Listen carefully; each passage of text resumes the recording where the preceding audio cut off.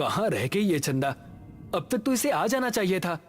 पुनीत ने अपनी घड़ी में टाइम देखा तो 9 बज चुके थे और उसने जैसे ही पीछे पलटकर देखा, चंदा खड़ी मुस्कुरा रही थी। बदमाश, डरा दिया ना हमका। देखो हम तुम्हारे लिए क्या लाए हैं।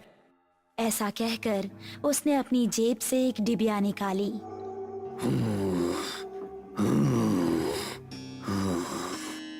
तभी उन दोनों को किसी के सांस लेने की भयानक आवाज सुनाई दी। कौन है? ठीक सामने बरगद के पेड़ के नीचे उनको किसी आदमी का अक्स नजर आया। कौन है? सामने आओ। ये सुनकर भी वो आदमी सामने नहीं आया और जोर जोर से सांस लेने लगा। अभी देखते हैं कौन ससुरा है। ये कहकर पुनीत उसके पास जाने लगा। जैसे ही पुनीत उसके पास पहुंचा, उसने भी 2 कदम आगे बढ़ाकर पुनीत का गला पकड़ लिया। उसको देखकर पुनीत और चंदा दोनों का दिल दहल गया। उस आदमी की गर्दन कटी हुई थी और थोड़ी सी खाल में अटकी लटक रही थी।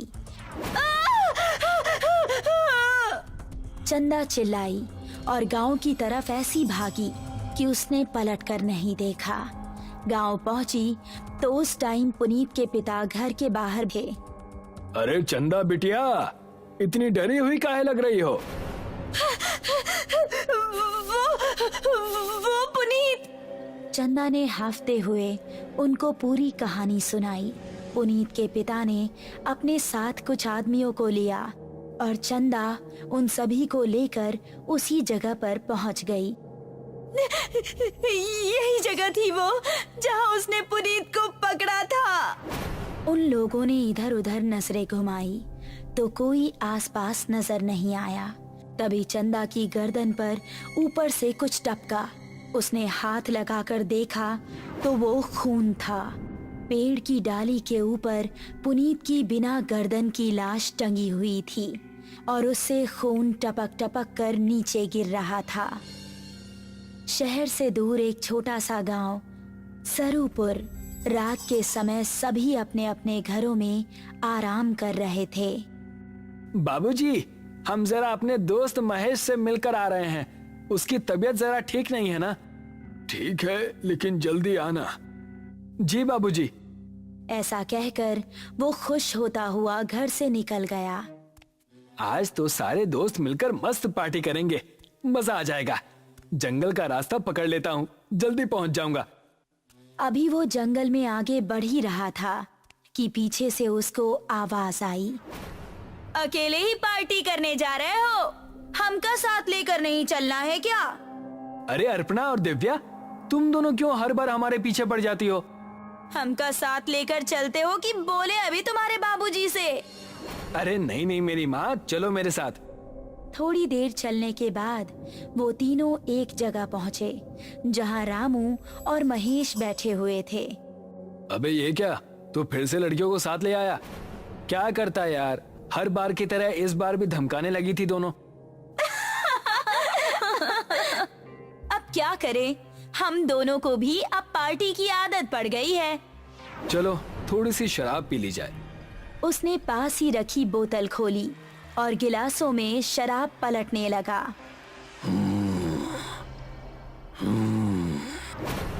तभी उनको किसी के सांस लेने की आवाज सुनाई दी। उन्होंने देखा तो पांचों के रोंगटे खड़े हो गए। सामने से कठमुंडू चलता हुआ आ रहा था। उन्होंने कदम बढ़ाए ही थे कि तभी कठमुंडू ने दिव्या को पीछे से पकड़ लिया। उसने दिव्या को इतनी जोर से कसा कि उसके मुंह से खून निकल गया।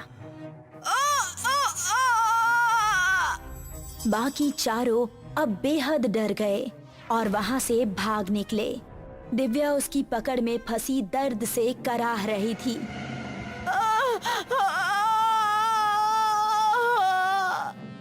उसने दिव्या को जमीन पर धक्का दिया और उसके ऊपर आ गया।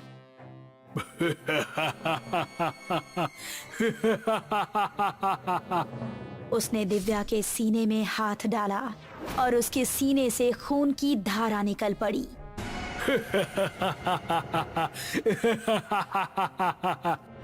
बाकी चारों इतना डर चुके थे कि उनको खबर भी नहीं थी कि वो किस दिशा में भाग रहे हैं। वो काफी देर तक भागते रहे। अब अपर्णा की हालत खराब हो चुकी थी।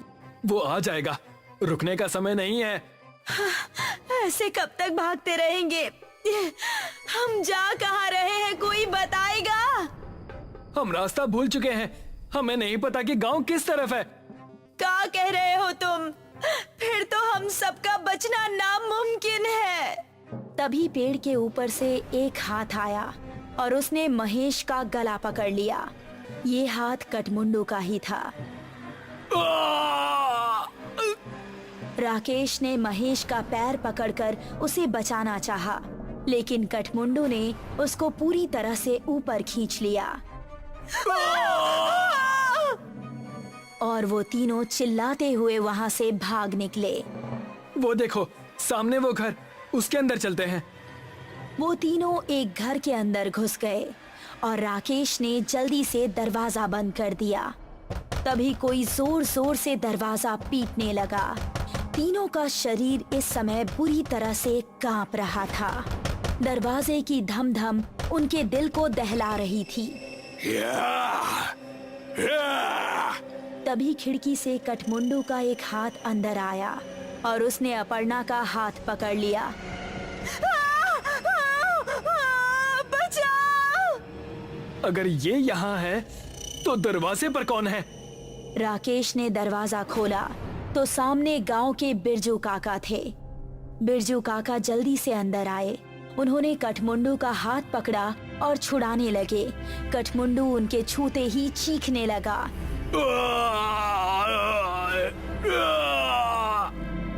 वो चीखता चिल्लाता हुआ वहाँ से भाग गया। तुम ठीक तो हो अर्पणा? मैं ठीक हूँ, शुक्रिया बिरजू काका।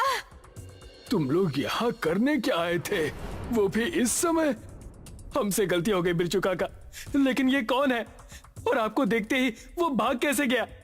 ये कठमुंडू है। ये सुनकर वो तीनों एक दूसरे का मुंह देखने लगे। बहुत सालों पहले हमारे गांव में एक डाकू पल्लव सिंह का बड़ा खौफ था। गांव में एक बूढ़ी औरत रहती थी जिसका एक ही बेटा था। उसने धूमधाम से अपने बेटे की शादी की। शादी के अगले ही दिन डाकू पल्लव सिंह ने हमला बोल दिया। उसने पति और पत्नी दोनों को मार डाला और सारे गहने लूट लिए। अपने बेटे और बहू को मरता देख बुढ़िया तड़प उठी। पल्लव सिंह, जिस सोने के लिए तूने मेरा परिवार उजाड़ दिया, यही सोना तेरे लिए अभिशाप बन जाएगा। तू कभी नहीं मरेगा, सिर्फ भटकता रहेगा और इस सोने से हमेशा दूर भागेगा। ये सुनते ही पल्लव सिंह हंसता हुआ वहां से चला गया। कुछ दिन बाद पल्लव सिंह के ही एक आदमी ने उस पर हमला कर दिया। वो उसकी जगह सरदार बनना चाहता था, लेकिन पल्लव सिंह तलवार के हमले से भी नहीं मरा।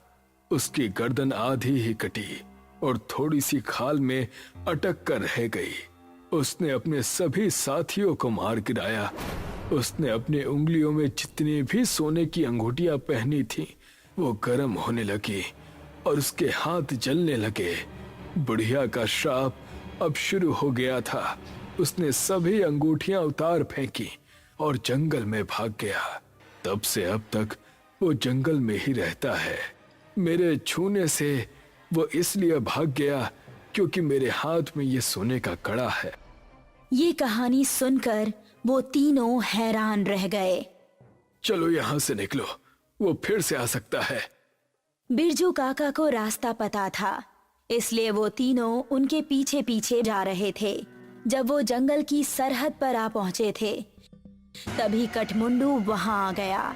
उसने अपर्णा का पैर पकड़ लिया।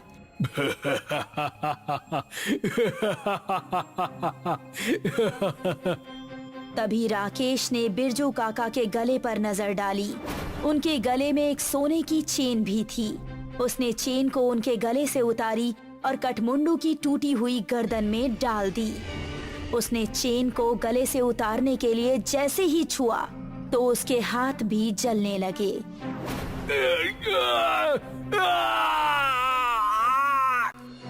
वो वहां से भाग निकला। उसके बाद वो चारों गांव के अंदर ही जाकर रुके। जब उनको देख गांव वाले इकट्ठा हुए तो उन्होंने सबको अपने साथ बीती हुई घटना सुनाई।